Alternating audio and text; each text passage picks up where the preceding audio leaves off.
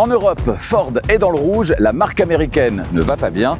Celle qui se trouve devant moi peut-elle aider à redresser la barre? Bonjour et bienvenue sur Charging Station pour un nouveau grand essai électrisant, celui aujourd'hui de la Ford Capri.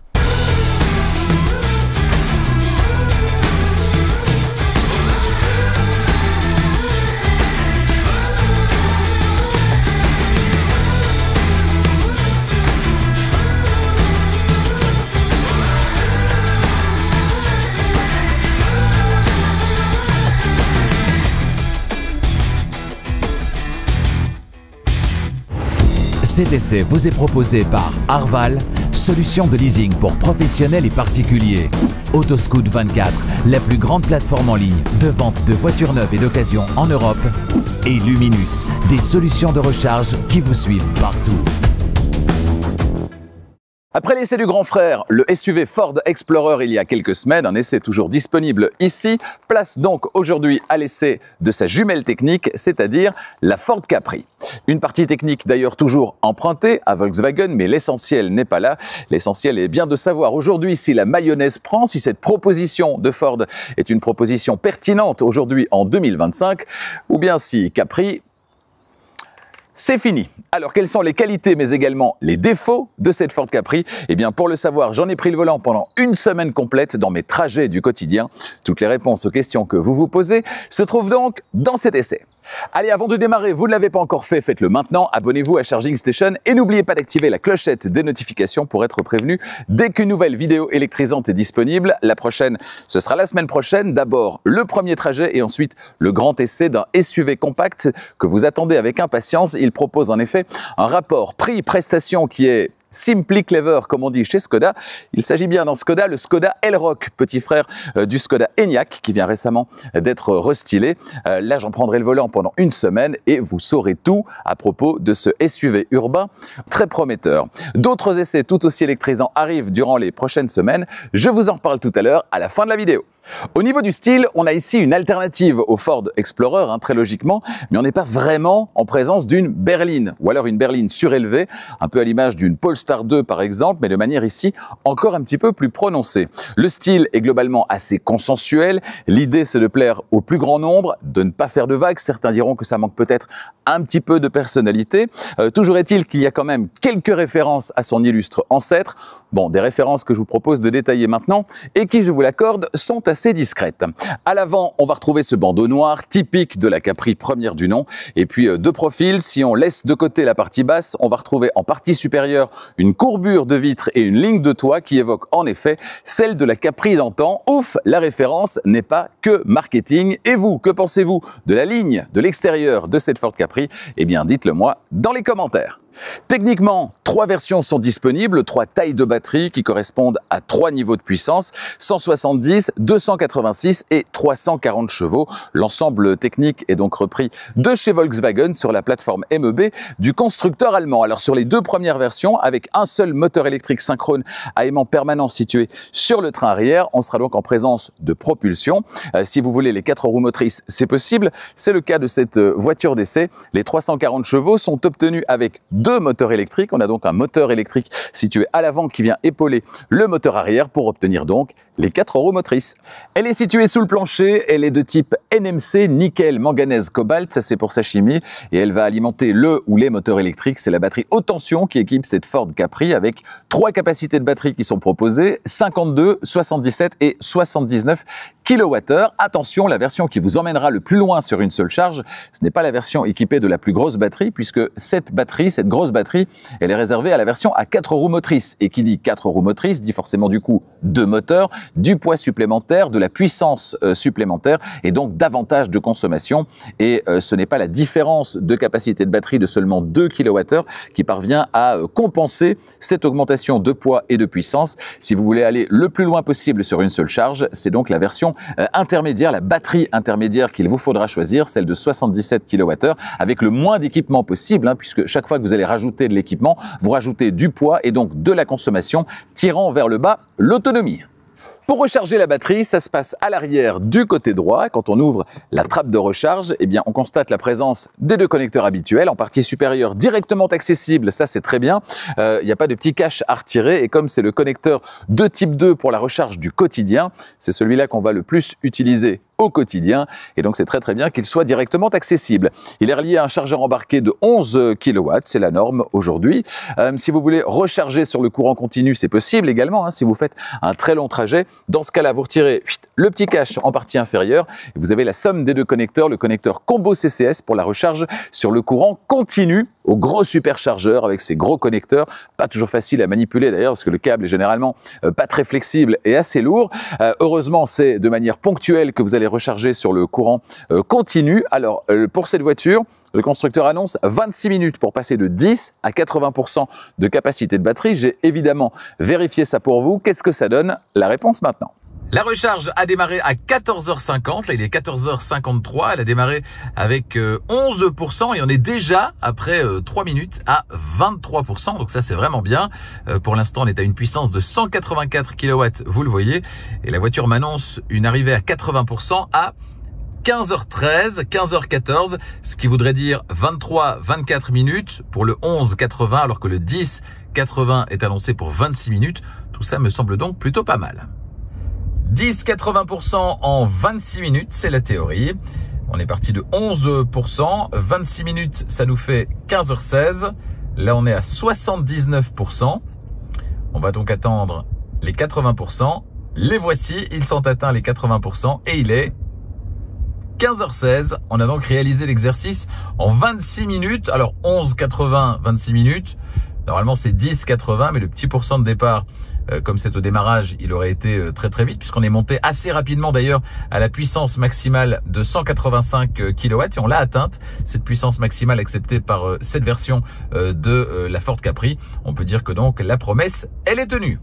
Notez enfin que la pompe à chaleur est disponible sur cette voiture, mais ça aussi, ils l'ont repris à Volkswagen. Elle est proposée en option. On aurait pu s'en passer et en profiter de série. Ça aurait été vraiment pas mal, mais malheureusement, c'est pas le cas.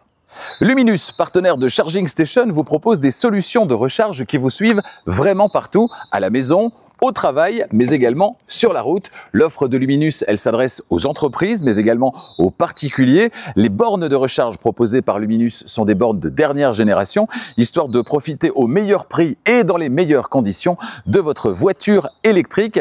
Certainement, si vous rechargez à la maison, surfez sur le site internet de Luminus pour découvrir l'offre qui est proposée et qui sera s'adapter à vos envies et à vos besoins. Ça se passe sur luminus.be/e-mobility. Dans la suite de cet essai, ne bougez pas, je vous livre mes impressions au volant. Je vous fais découvrir également le tableau de bord de cette Ford Capri et puis on ira faire un tour à l'arrière. Y a-t-il de la place pour mon 1,90 m, notamment au niveau de la tête et au niveau des genoux? On va s'intéresser d'abord au volume de chargement qui est assez confortable sur cette Ford Capri à vocation familiale. L'ouverture du haillon, elle est électrique sur cette finition supérieure, mais c'est pas le cas sur toutes les finitions. Rendez-vous dans le configurateur en ligne pour vérifier tout ça et tout ce qui est proposé dans votre pays de manière assez spécifique. Vous le voyez, le cache-bagages, il est souple, il peut être retiré également, il est solidaire du haillon et donc quand vous ouvrez le haillon, vous avez accessible directement tout cet espace de chargement qui est donc de capacité assez convaincante compte tenu donc de cette vocation familiale de cette Ford Capri. Alors ce qu'on remarque immédiatement, c'est bien sûr la banquette arrière qui est fractionnable 60-40 avec une trappe à ski, voilà, qui est toujours pratique également. Toujours en termes de praticité, on a également deux petits crochets pour accrocher les sacs de course, un à gauche, un à droite, une prise 12 volts également. On a des espaces creusés à gauche et à droite avec un élastique de retenue, à gauche avec un bac supplémentaire. Et puis au niveau du plancher du coffre, il est quasiment affleurant par rapport au seuil de chargement qui n'est pas trop haut compte tenu du profil de ce véhicule. Il peut être divisé en deux parties, vous pouvez l'incliner, le maintenir comme ceci par exemple de manière inclinée. Bref, il est assez pratique, franchement c'est assez sympa. Et en dessous du plancher du coffre, vous allez pouvoir ranger par exemple comme ici les câbles de recharge, puisqu'à l'avant malheureusement il n'y a pas de frunk. Me voici installé à l'arrière de cette Ford Capri et la surprise, elle est plutôt bonne puisque la plateforme, c'est la plateforme MEB de Volkswagen et on sait que dans les modèles de Volkswagen, notamment ID4, ID5, il y a pas mal de place à l'arrière avec cet empattement généreux. Eh bien, c'est le cas également dans cette Ford Capri. J'ai de la place pour mon mètre 90 à l'arrière avec le siège avant réglé pour mon mètre 90, de la place au niveau des genoux, de la place au niveau des pieds que je peux glisser sous le siège avant sans problème, de la place en hauteur également, avec un toit vitré évidemment qui prend moins de place qu'un toit traditionnel et donc forcément on gagne encore un petit peu plus en hauteur disponible. Donc pour ce qui est de s'installer confortablement même quand on est grand, pas de problème. Concernant les équipements dont cette voiture dispose, on a donc ce toit vitré. On a également des prises USB-C à l'arrière de la console centrale, positionnées relativement haut, c'est une bonne chose. Deux prises USB-C, les petits réglages des bus de ventilation, des sièges avant qui sont monoblocs, vous le voyez, ce sont les sièges de série dans cette voiture, monobloc. Alors est-ce que ça pose un problème en termes de réglage, puisqu'il n'y a pas possibilité de régler l'appui-tête du siège avant? Moi, en ce qui me concerne, j'ai pas rencontré de soucis de ce côté. Peut-être vous, si vous avez l'habitude d'ajuster l'appui-tête, peut-être ce sera un problème. N'hésitez pas à faire un essai en concession pour vous en rendre compte. Au niveau de l'arrière des sièges avant, on a des poches aumônières. On a également un plancher qui est quasiment parfaitement plat, donc ça c'est très bien également. La coudoir centrale avec deux porte-gobelets et donc possibilité d'ouvrir la trappe à ski pour transporter des objets longs qui peuvent s'étendre jusqu'entre les sièges avant. Ça c'est très très bien également. Bref, on est plutôt bien positionné ici à l'arrière, positionné d'ailleurs relativement haut, ce qui est chouette pour les enfants qui vont pouvoir avoir une belle vision périphérique vers l'avant du véhicule, vers l'extérieur également. C'est assez sympa. Et des enfants qui peuvent s'occuper en regardant ce qui se passe à l'extérieur, c'est des enfants qui sur long trajet éventuellement ne s'ennuient pas ou en tout cas s'ennuient moins vite et ça compte aussi sur les fameux longs trajets, notamment la route des vacances ou si vous partez en week-end en famille. Voilà pour ce qui est de l'arrière. Bilan extrêmement positif à l'arrière de cette Ford Capri. Je vous propose maintenant de passer à l'avant. L'intérieur de cette Ford Capri, c'est à peu près identiquement le même que celui de l'Explorer. On a donc un subtil mélange entre des éléments très Ford, comme le grand écran vertical, et puis des éléments empruntés à Volkswagen que seuls ceux qui les ont vus dans une Volkswagen reconnaîtront.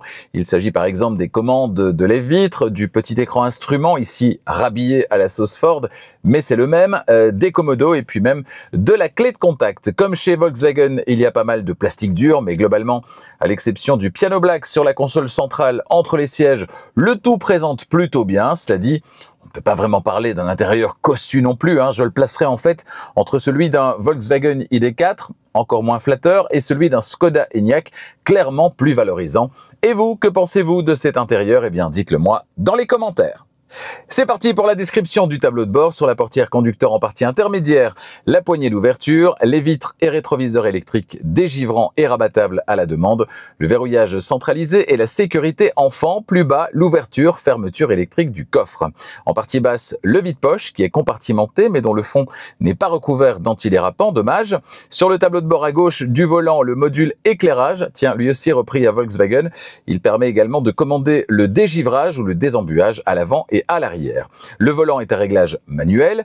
À gauche, on va retrouver les aides à la conduite, limiteur de vitesse, régulateur de vitesse adaptatif et conduite assistée. On en reparle sur la route. Et puis en partie inférieure, le volume.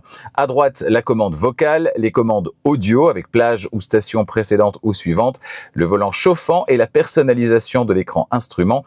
On en reparle dans un instant. Concernant ces touches tactiles sur le volant, c'est encore, même si ce ne sont pas les mêmes, une mauvaise idée reprise à Volkswagen qui, pour le coup, va faire marche arrière et c'est tant mieux. Franchement, ces solutions comme ça, alors quelqu'un a trouvé ça, à mon avis, à un moment donné super, sauf que dans la vraie vie, c'est pas super. Donc, faut absolument arrêter. Ça ne ressemble à rien. Les commodos à gauche clignotants, appel de phare, l'activation des phares automatiques et les essuie-glaces à l'avant et à l'arrière. On a donc toute la partie phare et la partie essuie-glace à gauche. Pourquoi? Parce qu'à droite, on a le sélecteur de vitesse et puis en dessous, sur la colonne de direction, le bouton de démarrage qui ne servira que dans des situations bien spécifiques spécifique, j'y reviens. Ensuite, l'écran instrument d'une diagonale de 5,3 pouces et dont le contenu est donc personnalisable via la partie de droite sur le volant, exactement comme chez Volkswagen. Alors, je vais réveiller l'écran. Alors, par défaut, on a cet écran, c'est-à-dire c'est le plus complet. À gauche, les aides à la conduite, à droite, le guidage, et puis au centre, on a également les infos générales. Alors, les infos générales, bien sûr, elles vont rester en permanence, quelle que soit la configuration, forcément, puisqu'on a là la vitesse instantanée. Si j'utilise ici les petits dossiers, je vais pouvoir soit donc garder cet affichage complet, soit passer à un affichage plus restreint. Voilà, on va revenir à l'affichage complet et avec les petites touches gauche et droite, eh bien, on va pouvoir faire disparaître certaines parties. Alors, si je vais à gauche, voilà, on n'a plus que les aides à la conduite à gauche et les infos générales à droite. Et à contrario, si je vais à droite, on n'a plus que les infos générales à gauche et le guidage, en l'occurrence à droite. Attention, si je veux, je peux continuer à aller à droite et dans ce cas-là, j'obtiens les informations de conduite, ici notamment sur les infos de longue durée. Voilà, et si j'appuie une nouvelle fois à droite, eh bien, je peux alterner entre ces différents affichages. On va revenir sur l'information générale la plus complète. Plus en arrière, on a l'affichage tête haute qui est optionnel, dont le contenu est personnalisable lui aussi depuis l'écran d'infodivertissement. Au centre du tableau de bord, l'écran central d'infodivertissement de 14,6 pouces de diagonale. Un écran vertical qui a la particularité de servir de couvercle pour l'espace qu'il peut cacher, et ce de manière efficace puisque l'inclinaison de l'écran étant à verrouillage électrique, eh bien en cas de bris de vitre, eh bien le voleur n'aura pas accès à cet espace, c'est bien vu. On reparlera du contenu de cet écran dans un instant, mais voilà, là je le mets en position fermée, il est complètement incliné, et là en position complètement ouverte, il est quasiment vertical. Au pied de l'écran central, quelques commandes, parmi lesquelles les feux de détresse, l'activation, désactivation de l'écran, le volume ou encore le menu caméra, aide au parking. Ensuite, plus en arrière, d'abord un espace de rangement pour smartphone, la partie de droite permettant en plus la recharge par induction, plus en arrière encore les inévitables porte-gobelets, et puis on arrive enfin à l'accoudoir central. Et autre point positif, à l'immense espace qu'il renferme, il s'étend sous les porte-gobelets, et attention, si vous n'avez que faire des porte-gobelets, eh bien vous allez pouvoir les retirer et placer à cet endroit le vide-poche qui se trouve sous l'accoudoir, le porte-gobelet pouvant alors être rangé dans l'espace situé sous l'écran d'infodivertissement. En termes de modularité, c'est franchement très bien vu. Coup d'œil dans la boîte à gants, enfin, elle est de contenance correcte, sans plus. Petit coup d'œil maintenant du côté des caméras 360, système en option dans le Driver Assistance Pack avec le Park Assist actif, le changement de voie assistée, le maintien au centre de la voie ou encore le haillon main libre et l'affichage tête haute. Alors j'appelle le menu tout simplement, alors soit en passant la marche arrière, soit en appuyant directement sur la petite touche ici. Alors le fait d'appuyer sur la touche fait qu'en fait c'est le stationnement actif qui est la recherche de place de parking qui est activée par défaut. Je vais donc devoir appuyer sur caméra ici. Je serai directement arrivé là, évidemment, en optant pour la marche arrière. Qu'est-ce que ça donne en termes de rendu? Voilà, c'est un peu pixelisé, l'image n'est pas parfaitement claire, mais globalement, c'est sympa. Alors, c'est l'inconvénient de l'écran vertical, c'est que finalement, on a une vue qui est assez restreinte, surtout qu'on a choisi ici d'avoir les deux au même endroit. Voilà, on peut agrandir ceci, mais la vue 360, elle restera telle qu'elle est là. On peut agir sur les petits bips ici. On a ici une vue très large. On peut avoir une vue plus restreinte. Ici, avec le guide pour les places de parking. Voilà, donc ça fait le job, hein, franchement. Et avoir sur une voiture de cette taille une caméra 360 avec, et là, il faut bien le dire, des angles morts qui sont relativement restreints. Ça, c'est plutôt pas mal, c'est plutôt sympathique. On va revenir sur l'écran par défaut ici, et on va passer maintenant à la description du système d'infodivertissement. Le système d'infodivertissement, donc avec cet écran de près de 15 pouces de diagonale, dessus on peut faire descendre un menu avec accessible ici le thème sombre ou clair pour ce qui est de l'écran. Alors clair, je trouve ça un peu flash en général, je suis plutôt adepte des thèmes sombres. Luminosité ici, on peut avoir des petits raccourcis ici qu'on va pouvoir rajouter, dernière destination, favoris, radio média, etc. Mais on peut en rajouter, on peut personnaliser cet espace. On va faire remonter ce menu. Ensuite, la partie ici, on a un système de widget, la partie navigation, ici la partie radio, la recharge, le téléphone. On peut bien sûr rentrer directement dans ces différents menus. Ici, si je vais à droite, voilà, j'obtiens les données de conduite depuis le départ, ou bien longue durée, ou bien depuis la recharge, le statut du véhicule. Voilà, j'ai cliqué dessus. Du coup, je rentre dans le menu avec service, pneus, kilométrage, etc. On a les données également ici, le menu véhicule ici. éclairage confort, rétroviseur, pneus, éclairage de route. Ici, les données de conduite. Et ici, il y avait encore possibilité, évidemment, de faire tourner. Et vous allez avoir d'autres menus qui apparaissent. Frein, main libre, ouverture et fermeture. Les vitres, position de service ou encore les essuie-glaces. Et on revient au menu par défaut. Dommage d'ailleurs que la couleur ne soit pas celle de cette voiture. Ça aurait été un petit détail supplémentaire, ma foi sympathique. Ici, l'habitacle. Là aussi, vous allez pouvoir avoir des menus différents. Personnalisation, par exemple, de l'affichage tête haute ici.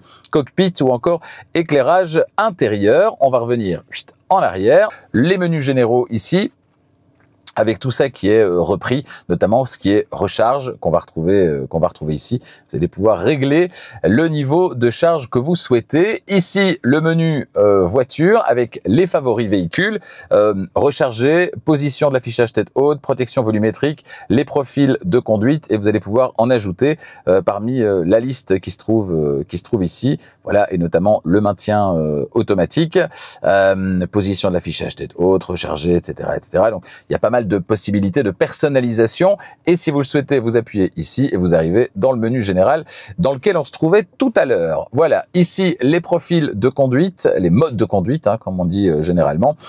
On en reparlera sur la route. Ensuite, ici, les réglages de l'assistance conducteur, c'est là qu'on va se rendre, notamment l'alerte de vitesse, ça se coupe ici. Quand vous avez Apple CarPlay ou Android Auto qui est connecté, ça s'affiche ici, vous pouvez appuyer dessus pour revenir directement sur l'affichage de Apple CarPlay ou Android Auto. Ici, on est sur Waze, par exemple. La connectique ici, les petites notifications ici également. En partie inférieure, toujours visible, les commandes de climatisation. Ça fait plaisir également. Et puis cet écran qui donc permet d'être plus incliné. Alors, ce que je trouve intéressant, c'est quand il est en partie supérieure comme ça, il est bien visible, assez haut, on ne doit pas trop détourner le regard. Quand il est en position basse comme ça, là il faut quand même déjà nettement plus détourner le regard. Je trouve ça un petit peu moins cohérent. Cela dit, en fonction de l'orientation du soleil également, pour éviter les reflets, on va pouvoir faire bouger cet écran et c'est quand même une astuce qui est assez sympa. Alors, on se rend où? On va se rendre à Marseille, évidemment. Dernière destination, je l'ai déjà encodé, il est ici, Marseille. Démarrage. On est à 67% de batterie actuellement. Voilà. Et on va pouvoir avoir un petit aperçu ici. Alors, c'est la zone accessible ici. Vous voyez qu'on est sur une partie des Pays-Bas. Voilà, calcul de l'itinéraire en cours. Voilà, 3 itinéraires qui sont proposés, l'idéal et 2 alternatives. Donc, on est jusque dans le nord de la France, ici, dans une zone accessible. Une partie des Pays-Bas également, une partie de l'Allemagne, le Luxembourg, évidemment. Et pour avoir un aperçu des différentes étapes de recharge, eh bien, on peut appeler le menu ici à droite. Voilà. Alors, soit de manière globale ici, on peut même le renvoyer sur une colonne. C'est assez sympa. Ça, je trouve ça assez chouette. Donc, 3 arrêts. Premier arrêt ici, 28 minutes. Deuxième arrêt, 33 minutes et troisième arrêt seulement 15 minutes. Attention, en partant avec 67%, donc ce serait sans doute encore un peu différent et forcément il y aurait moins de temps d'attente avec un départ à 100%. Voilà qui est plutôt convaincant. Dites-moi ce que vous en pensez. 28, 33, 15, franchement, c'est pas délirant. Si vous faites ça de temps en temps, ça va pas changer votre vie. Alors bien sûr, si c'était une technologie 800 volts, ce serait 18, 17 et 12 peut-être. Mais bon, une fois ou 2 ou 3 ou 4 fois par an, franchement, ça va pas faire une très très grande différence. Si vous faites ce trajet toutes les semaines, bien sûr, là, ce sera une autre paire de manches. Vraiment, je trouve ce petit widget vraiment sympathique. Et si on veut le faire disparaître, ça se passe par ici. Et si on veut arrêter, eh bien, la navigation, ça se passe ici et on peut revenir sur l'écran par défaut. Voilà, tout est dit à propos de cet écran d'infodivertissement. Il y a bien sûr une application Ford disponible aussi sur smartphone, quelle que soit la plateforme. On va maintenant se rendre sur la route et je vous livre mes conclusions après une semaine au volant de cette Ford Capri. On l'a vu tout à l'heure sur la colonne de direction, on va retrouver un bouton de démarrage, mais qui ne servira que dans des conditions très particulières. Quand vous êtes dans la voiture à l'arrêt depuis un long moment, qu'elle s'est mise en veille et que vous voulez redémarrer. Au quotidien, vous vous installez au volant et pied sur le frein, vous sélectionnez D, B ou R avec le commodo de droite et vous démarrez. Dès les premiers tours de roue, même si on n'est pas dans un vrai SUV, mais plus, on l'a dit, dans une berline surélevée, on a quand même la sensation d'un véhicule qui est massif, d'un véhicule qui est assez haut aussi. On n'est pas dans une petite voiture, clairement pas. Dans cette voiture d'essai, comme dans l'Explorer, on a les sièges avant de série, dont le seul défaut pour certains sera que leur appuie-tête n'est pas réglable, puisque ce sont des sièges monoblocs. Moi, personnellement, ça ne m'a pas posé de problème. Sinon, ils sont vraiment très confortables. Et puis, les différents réglages électriques sur cette finition supérieure pour le siège conducteur permettent d'obtenir une position de conduite idéale sans trop de tâtonnement. C'est donc validé. En option, vous pourrez vous offrir les sièges AGR, du nom de l'organisme allemand qui garantit un haut niveau de confort. Alors, ceux-ci étant déjà très confortables, je n'ose pas imaginer ce que ça doit être avec les sièges AGR réglables dans 18 directions. Waouh! Beaucoup d'aide à la conduite dans cette Capri, mais attention, tout n'est pas forcément de série. N'hésitez pas à aller faire un petit tour sur le configurateur en ligne pour vérifier tout ça. Alors, le limiteur de vitesse, le régulateur de vitesse et la conduite assistée qui ajoute le centrage sur la voie de circulation, tout ça est directement paramétrable depuis la partie de droite du volant ici, et l'ensemble est assez intuitif à l'usage et globalement efficace, même si comme dans l'Explorer, j'ai quelquefois eu un petit peu de mal avec le maintien dans la voie qui fonctionne pas parfaitement, tout comme d'ailleurs le volant capacitif qui s'est révélé être perfectible dans son fonctionnement durant cette semaine. Franchement, c'est un peu dommage. Toujours au rayon des aides à la conduite de série ou en option, vous aurez également droit au dépassement assisté, au parc assist, à la lecture des panneaux avec adaptation de la vitesse si vous le souhaitez. Adaptation également de la vitesse en fonction du tracé de la route, toujours si vous le souhaitez. Alors tout ça est fort sympathique, mais vous savez ce que j'en pense. Tant qu'on ne pourra pas laisser la voiture tout gérer, notamment en matière de dépassement, on se retrouve avec des demi-assistances qui franchement au quotidien n'apporte pas grand chose. Donc pour moi, c'est loin d'être indispensable. Gardez votre argent pour autre chose, choisir une couleur un petit peu plus sobre si vous le souhaitez, que ce jaune par exemple qui est la couleur sans supplément.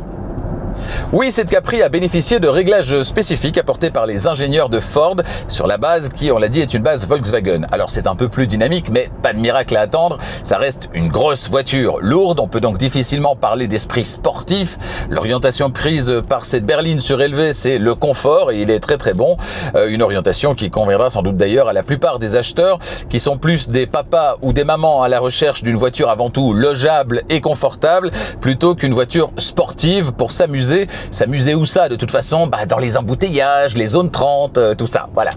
Un mot concernant les modes de conduite, on va retrouver les classiques éco, normal et sport, et puis deux autres, traction pour vous sortir d'une mauvaise passe en optimisant la répartition du couple, et individual pour vous concocter le mode de conduite qui vous ressemble en jouant sur le comportement dynamique, la direction, l'entraînement, le régulateur de vitesse adaptatif ou encore la climatisation.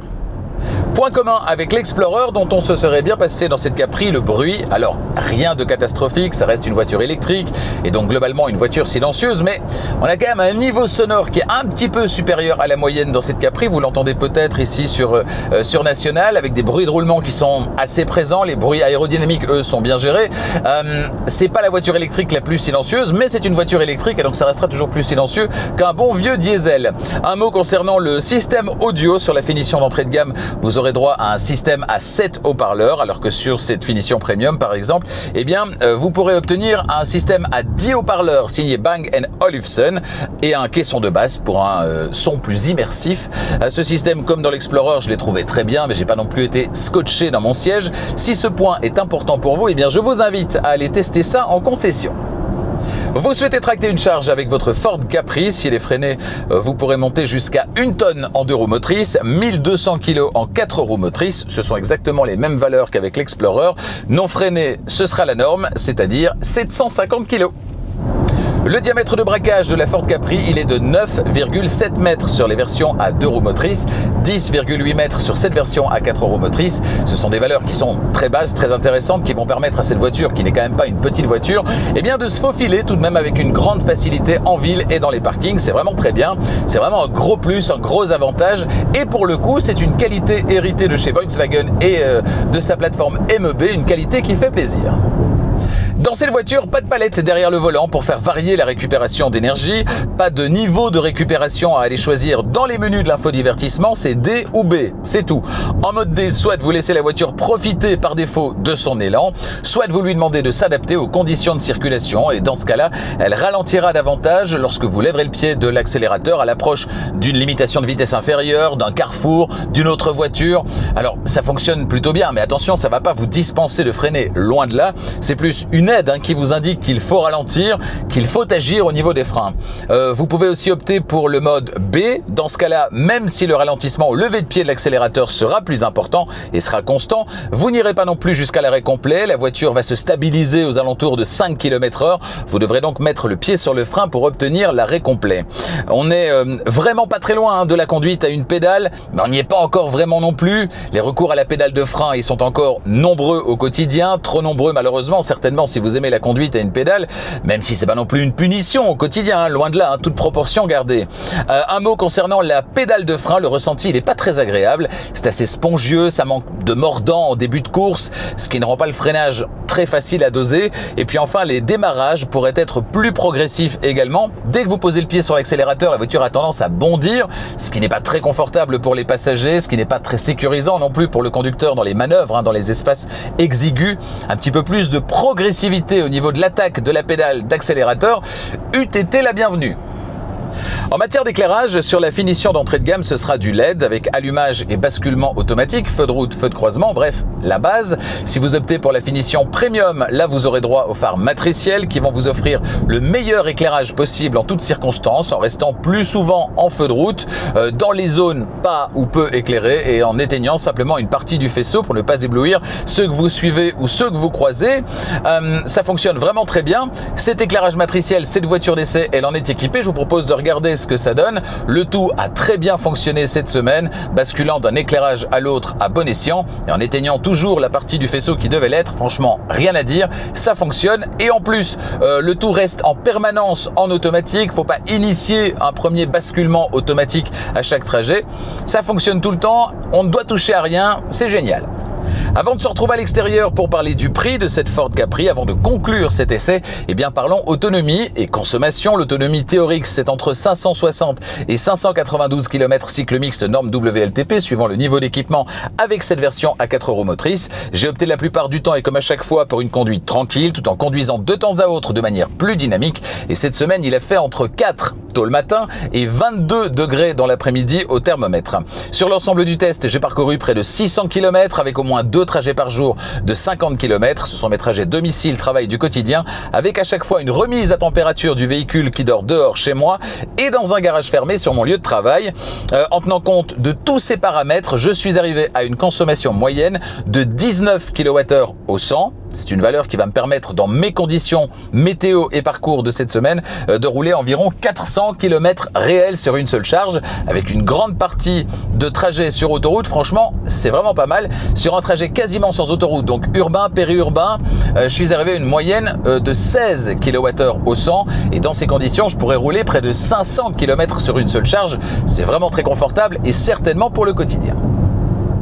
Les prix à présent, les voici pour la Belgique, la France et la Suisse. Alors cette voiture d'essai est une version à 4 roues motrices, finition premium en Belgique. Prix de départ chez nous, 62 150 €. Les différentes options dont cette voiture d'essai est équipée, il y a par exemple le toit panoramique, c'est 1100 €. Le pack Driver Assistance comprenant l'affichage tête haute, le parc assist, le maintien au centre de la voie et le changement de voie assisté ainsi que la caméra 360 et le haillon main libre, c'est 1300 €.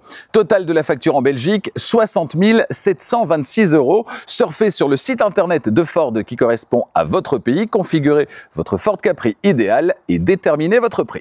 Toujours concernant le prix, Arval, partenaire de Charging Station, vous propose des solutions de leasing, de location longue durée pour les entreprises, mais également pour les particuliers. Alors pour les entreprises, on connaît ça depuis un certain temps, le leasing opérationnel, avec les avantages qui en découlent, notamment la facilité de gestion au quotidien, et puis également le fait d'avoir une déductibilité. Alors déductibilité, ça ne s'applique pas aux particuliers pour le private lease, mais par contre, on a la même facilité de gestion au quotidien. Tous les mois, vous payez le même montant et tout est inclus, mise à disposition de la voiture, les taxes, les entretiens, l'assurance, etc., etc. C'est très facile, du premier au dernier mois, votre budget voiture, il n'évoluera pas, il sera toujours le même. Et ça, c'est vraiment sympa. N'hésitez pas à demander une offre, évidemment, pour cette voiture ou n'importe quelle autre. Ça se passe sur arval.be pour la Belgique. Mais regardez, il y a d'autres sites internet qui correspondent à votre pays. Surfez donc sur le site internet d'Arval qui correspond à votre pays. Demandez une offre, renseignez-vous, ça n'engage à rien. Votre prochaine voiture, vous la voulez tout de suite ou peut-être en avez-vous besoin tout de suite pour des raisons professionnelles par exemple? Eh bien dans ce cas-là, surfez sur Autoscout24. C'est la plus grande plateforme de vente de voitures en ligne en Europe. Et sur Autoscout24 actuellement, plus de 100 000 voitures vous attendent. Et il y en a forcément une et même plusieurs qui répondent à vos critères, des critères que vous rentrez dans le moteur de recherche. Et en retour, vous recevez donc une liste de toutes ces voitures qui sont disponibles actuellement et qui répondent à vos critères. Ça, c'est pour le site internet, mais il y a également l'application Autoscout24 qui est gratuite, disponible sur toutes les plateformes, donc sur l'App Store et le Play Store. Et via cette application, vous aurez le même moteur de recherche, la même puissance de recherche que via le site internet pour chercher votre prochaine voiture. Sur Autoscout24, il y a également un espace qui est maintenant dédié à la mobilité électrique avec un calculateur d'autonomie, également un calculateur de temps de recharge. Allez y faire un petit tour, peut-être pour vous rassurer si vous passez à la voiture électrique. Et puis enfin, sur Autoscout24, vous allez pouvoir également faire reprendre votre véhicule actuel. Vous rentrez là aussi ses caractéristiques et vous recevez une offre de reprise. Un site internet autoscout24.be pour la Belgique, .fr pour la France. En conclusion, cette Ford Capri, même si elle n'a plus grand-chose à voir visuellement avec son illustre ancêtre, eh bien c'est tout de même une belle proposition avec de belles qualités. Alors pour certaines, comme le diamètre de braquage, les performances, l'efficience, eh bien c'est grâce à Volkswagen, puisque c'est la base technique de Volkswagen. Pour d'autres, comme le confort par exemple, le système d'infodivertissement qui est plutôt réussi, eh bien ça c'est propre à Ford et au réglage, notamment pour ce qui est du comportement de la voiture, effectué par les ingénieurs de Ford qui ont fait du bon travail compte tenu de la vocation plutôt familiale de ce véhicule. C'est donc une bonne voiture électrique, mais une voiture qui manque selon moi peut-être un petit peu de personnalité pour se démarquer et pas uniquement parce qu'elle va emprunter des éléments techniques à d'autres véhicules, d'autres marques. Visuellement, mais tout ça est une affaire de goût, je la trouve peut-être un peu fade par rapport à, notamment, toujours chez Ford, une Mustang Mach-E qui a selon moi plus de personnalité et puis surtout face à une concurrence toujours plus nombreuse. Et pour se faire remarquer, il faut savoir s'imposer, sortir du lot, ce qu'elle peine peut-être à faire. Toujours est-il que si son plumage vous séduit, eh bien son ramage devrait parvenir également à vous convaincre. Si c'est le cas donc, eh bien n'hésitez pas à pousser la porte du concessionnaire le plus proche pour l'emmener faire un galop d'essai. À bientôt sur Charging Station pour d'autres essais électrisants. Le prochain, ce sera donc dans quelques jours. Premier trajet et ensuite le grand essai du Skoda Elroq. On ira ensuite chez Tesla avec l'essai du Model Y revisité. J'en prendrai le volant là aussi pendant une semaine. Chez Alfa Romeo avec un modèle qui cartonne en ce moment. C'est l'Alfa Romeo Junior, notamment dans sa version 100% électrique, celle dont je prendrai également le volant. On ira chez Fiat avec la Grande Panda dans les prochaines semaines également. Et puis chez Smart avec la Smart Hashtag 5 ou plutôt le Smart Hashtag 5 puisqu'il s'agit d'un SUV à la ligne particulièrement originale. Là aussi, vous saurez tout après une semaine à son volant. Merci d'être fidèle à Charging Station. N'hésitez pas à vous abonner si ce n'est pas déjà fait. Et n'oubliez pas d'activer la clochette des notifications pour être prévenu dès qu'une nouvelle vidéo électrisante est disponible. N'hésitez pas à partager également les vidéos de Charging Station. Vous êtes quelques centaines à le faire chaque semaine et ça aide à faire grandir la chaîne. Donc merci mille fois à vous toutes et vous tous qui partagez les vidéos de Charging Station. Merci de votre fidélité à Charging Station et à bientôt.